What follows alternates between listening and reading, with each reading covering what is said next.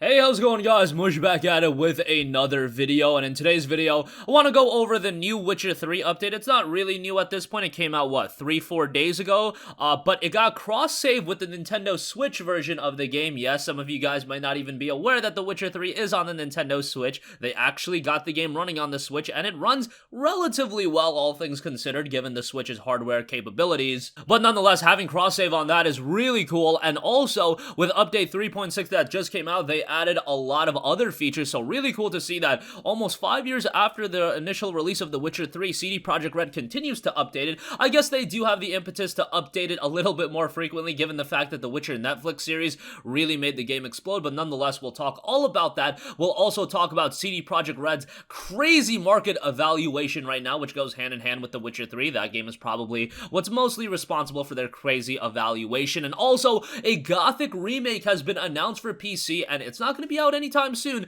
but that is still very exciting 2 months after the release of the Gothic playable teaser. We'll talk that at the end of this video. First up, so it looks like The Witcher 3 has gotten cross-save with the PC version of the game and the Nintendo Switch version of the game. Now, sorry to disappoint those of you guys that have a PlayStation 4 and Xbox One and you want cross-save on those platforms as well. It looks like that's not happening, at least not in the near future.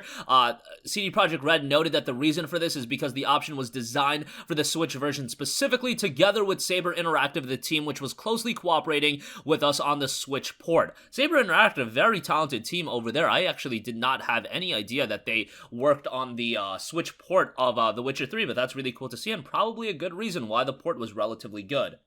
They know there are no plans regarding similar functionality in the other versions of The Witcher 3, but I get the idea of the PC version and Switch version having a cross-platform save is really cool, just because Switch, obviously, you take on the go. If you're at home and you're playing Witcher 3 on the PlayStation 4 and you have it on PC and you have a decent PC, wouldn't you just rather play the game on PC? Obviously, there are going to be circumstances like maybe your PlayStation 4 is in the living room and you want to be in the living room right now and your PC's in your own bedroom or whatever the case may be. I understand that. However, I do think a Switch cross-platform save is going to be more applicable to a lot more people than, say, a PlayStation 4 to PC cross-platform save. Although you can also make the argument a lot more people own the PlayStation 4 version of The Witcher 3 than they own the Switch version, so there's a lot of arguments you can make. However, it's just nice to see The Witcher 3 got cross-platform save in some sense with the Switch version. On top of that, the full list of additions and changes in The Witcher 3's Update 3.6 are as follows. It added touch control support, added save file integration with GOG, Steam, and versions of the game for Switch from different regions, added more text languages, added more graphical options, so that's awesome. The fact we're adding more graphical options this late in the game for Witcher 3, that's phenomenal. Added multiple performance optimizations, fixed various visual and functional bugs, various gameplay and crash fixes, so really cool to see everything that they're doing with The Witcher 3. Again, they do have more reason to update the game now because the game is probably more in than it has been since it was since it originally came out all the way back in May of 2015. I was stunned at how popularizing the Netflix series made The Witcher 3 as a game. If you guys remember the Steam numbers were absolutely insanity for a game that is 5 years old, and a game that, it's not like that game had some new DLC released or anything like that, or it's not like the game had an online focus. It's a single-player game. The game is what it is. That last piece of DLC came out, back in late 2016, early 2017, and just looking at it now, there's still 27,000 people playing the game now, so for a game this old, single-player oriented, for this many people to be playing it, that is ridiculous. And it's not like the modding scene for The Witcher. It's definitely there, but it's not as grandiose as, say, an Elder Scrolls V Skyrim, which I could understand. There's always new content being rolled out for that game in the form of mods. The modding scene in Witcher is good, but it's not as prevalent as a Skyrim. So the fact that Witcher 3 has still been able to stabilize and be this popular this many years later, that is an incredible feat from CD Projekt Red. Again, I attribute a lot of that to the Netflix series, but nonetheless, still a pretty remarkable feat. Also, CD Projekt Red's market evaluation has hit $8 billion. Value has risen 17% in the past 2 months alone. The Polish firm, which is the parent company of Witcher game developer CD Projekt Red and the owner of PC digital distribution platform GOG, has seen its market capitalization jump approximately 17% in the past 2 months alone. That's despite the company delaying the release of Cyberpunk 2077, one of the industry's most eagerly anticipated games, from its original April window to September 17th of 2020. CD Projekt Red's market evaluation was $6.8 billion in December of 2019 when Bloomberg said the company had posted a return of 21,000% over the previous decade, obviously comfortably the biggest rise of any stock then listed in the Stocks Europe 600 index. By way of comparison, European games industry heavyweight Ubisoft's current market valuation is $9.8 billion, behind Take-Two's $12.88 billion, Electronic Arts $31.29 billion, Nintendo's $47.19, and Activision's $49.45. Jesus, Activision's is absolutely crazy. However, you also have to ascertain the fact that CD Projekt Red is not putting out as many games as a lot of these other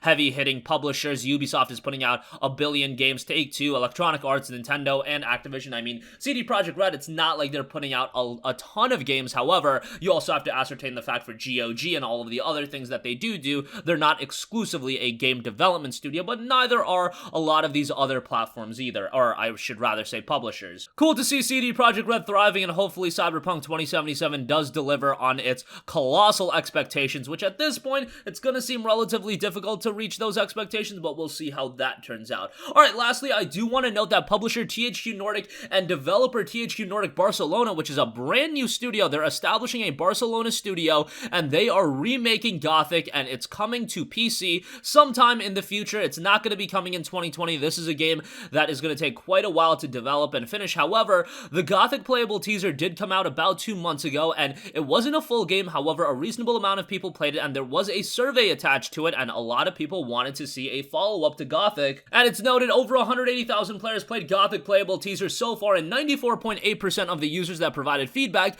were in favor of remaking the 2001 released RPG. Assessed data includes over 43,000 answered surveys with over 9,000 Steam reviews, as well as various discussions on social media platforms. A PDF with all of the analyzed data is available, so you guys can check that out. Gamatsu has the link for that, which I'll leave in the description box below. After the Barcelona studio is established, THQ Nordic will assess what players like and what they want to be different from the Gothic playable teaser, which, as well received as it was from a sense of a lot of people played it and a lot of people did do the survey, it did have a generally mixed reception. All-time reviews 6,697, mostly positive at 77%. Recent reviews, 350 user reviews, and 69% of those were positive. However, I don't think the game is downloadable anymore, so you are limited to the people that tried it out back when it was available. Nonetheless, I think Gothic has a lot of potential for a future in the franchise. However, you really have to walk that fine line of there's gonna be an audience that needs to be catered towards because they are ardent fans of Gothic and they've been fans since the early 2000s when the franchise was at its peak.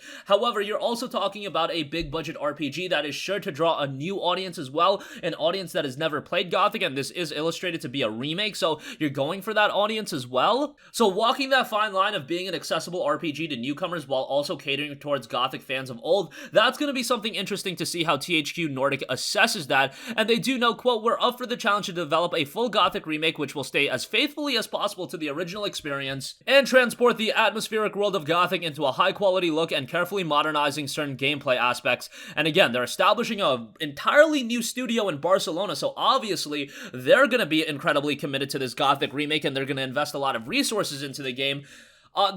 The playable teaser itself, I didn't get a chance to play it. However, looking at it from a visual standpoint, it looks rather good. And obviously, if it's just a playable teaser, they're not putting absolutely everything into it like they are going to be doing with this full-on remake, given the fact that, again, they're establishing a brand new studio. If you're establishing a studio for the sake of developing a game, that shows that you have a lot of commitment towards that game. Sometimes that has happened when new studios have been established to develop certain games, and it's been an absolute train wreck, and then the studio went defunct after that one game release just because it was such a massive undertaking. But in the case of THQ Nordic right now, they're doing pretty well. They've got a lot of stuff going on for them. They've got a lot of major IPs that they own. They've got a lot of games in development. They've got a lot of games that are assuredly going to sell really well. So I think they can take a little bit of a risk with Gothic. And even then, they saw the reception to the playable teaser. They saw how many people played that. They saw the survey reception. And I think they assessed that and realized, hey, a next generation game on consoles and PC could do rather well.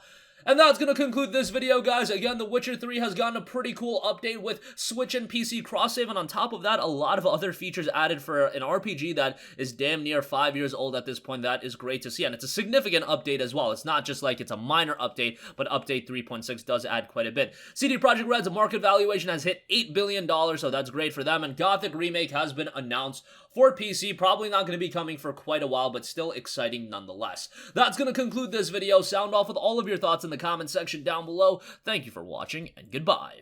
Hey, what's going on, guys? Mush here again. Hope you enjoyed the video. As you guys might know, YouTube's notification system is sometimes a little bit wonky, even if you're subscribed to the channel. Maybe you're not abundantly aware that I uploaded a video. To remedy that situation, make sure you hit the bell notification button. This way, whenever I upload a new video, and I try to upload as consistently as possible, you will be notified directly of the upload, and you can watch it as soon as it goes live. I would really appreciate if you guys hit that button so you can stay up to date with all of the content I'm posting. But as always, guys, thanks for watching, and I'll catch you guys in the next one. Peace out.